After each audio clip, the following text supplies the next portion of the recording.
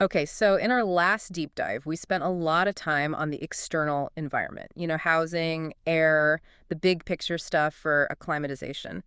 But today, we're going to pivot and look inside the calf itself. Okay, let's unpack this. We have to, because you can give a calf the absolute perfect hutch, the best air quality, and you can completely undermine all of that work by how you feed it. So this is about the hardware and, I guess, the feeding speed. Exactly.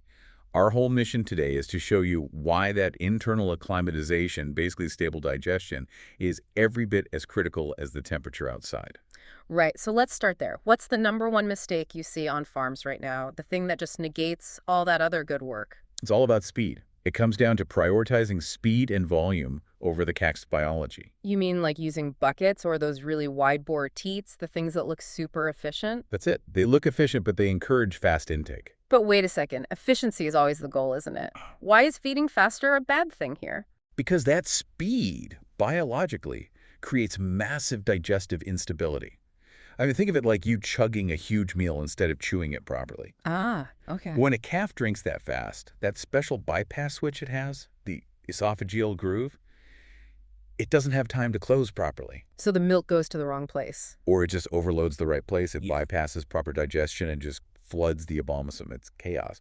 And crucially, the calf never learns to regulate itself. So you're creating pressure, not preparation. That's the perfect way to put it. Pressure, not preparation. Okay, so if fast feeding is digestive chaos, then the solution has to be what? Forcing them to slow down and work for it? Absolutely. Hmm. The answer is slow feeding.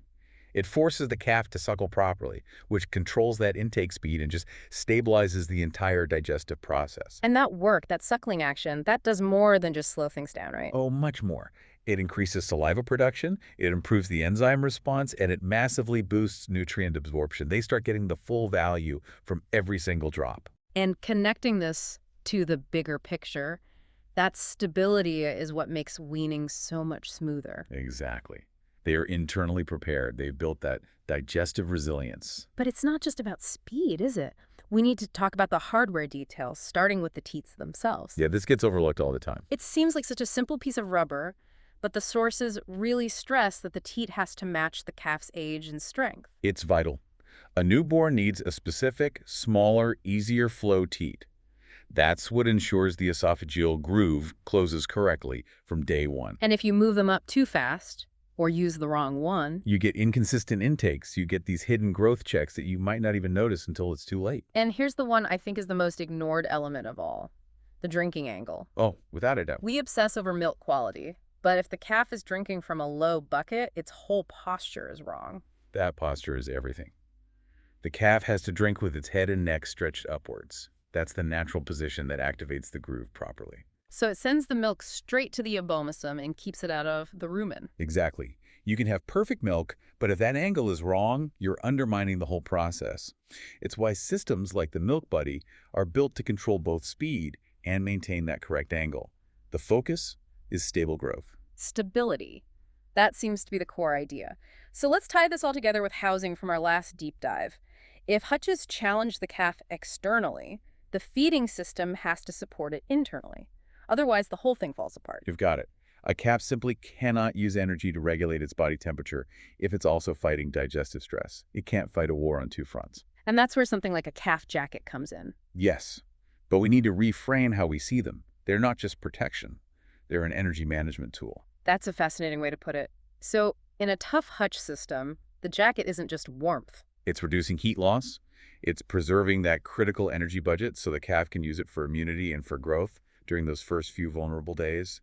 It supports acclimatization. It doesn't replace it. So what does this all mean then? Acclimatization is a complete system. It's a protocol.